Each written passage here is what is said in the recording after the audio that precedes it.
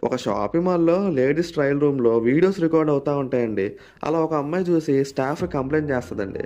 కానీ ఆ shop owner గాడే videos record చేసి అమ్మాయిని బ్లాక్‌మెయిల్ చేసి వాడుకుంటాడండి. అనుకోకుండా ఈ శెత్తనా కొడుకు ఒక ఫైర్ యాక్సిడెంట్‌లో చనిపోతాడండి. అదే టైంలో అక్కడ జరిగే వ్యవహారాలన్నీ షూట్ చేయడానికి త్రిష వస్తదండి. సో, ఎవడు మొత్తం బ్లాస్ట్ చేశాడన్నది తను చూస్తదండి. ఈ కేసుని డీల్ చేయడానికి వినయ్ రాయ్ తన సీక్రెట్ హౌస్‌లో త్రిషని పెట్టి ఇన్వెస్టిగేట్ చేస్తాడండి. ఊరే బాబు ఆ సీక్రెట్ హౌస్ పక్క ఫ్లాట్‌లోనే మన టొవినో థామస్ ఉంటాడండి. ఒక పెద్ద స్కెచ్ ఆర్టిస్ట్ అండి. సో, త్రిష చెప్పే ఐడెంటిటీస్ అన్నీ స్కెచ్ వేయడానికి హెల్ప్ చేస్తాడండి. అసలు త్రిషాయే కేసుని ఎందుకు లాక్ చేస్తుంది? ఎవడు చంపాడో చూసినందుకు పర్ఫెక్ట్‌గా కన్వే చేయలేచ్చు కదా! ఎందుకని చెప్పలేకపోతుంది. వినయ్ రాయ్ గాడు ఎందుకు త్రిషాని పర్సనల్‌గా ఒక ప్రైవేట్ రూమ్‌లో తీసుకొచ్చి ఇన్వెస్టిగేట్ చేస్తున్నాడు? అంత స్పెషల్ అటెన్షన్ దేనికో? టొవినో ఏదైనా ప్లాన్స్ ఏస్తే గాని ఎగ్జిక్యూట్ చేయడండి. ఏదో పోలీస్‌లాగా కేస్ మొత్తం ఆయనే ఇన్వాల్వ్ అయిపోయి ఇన్వెస్టిగేట్ చేసేస్తాడు.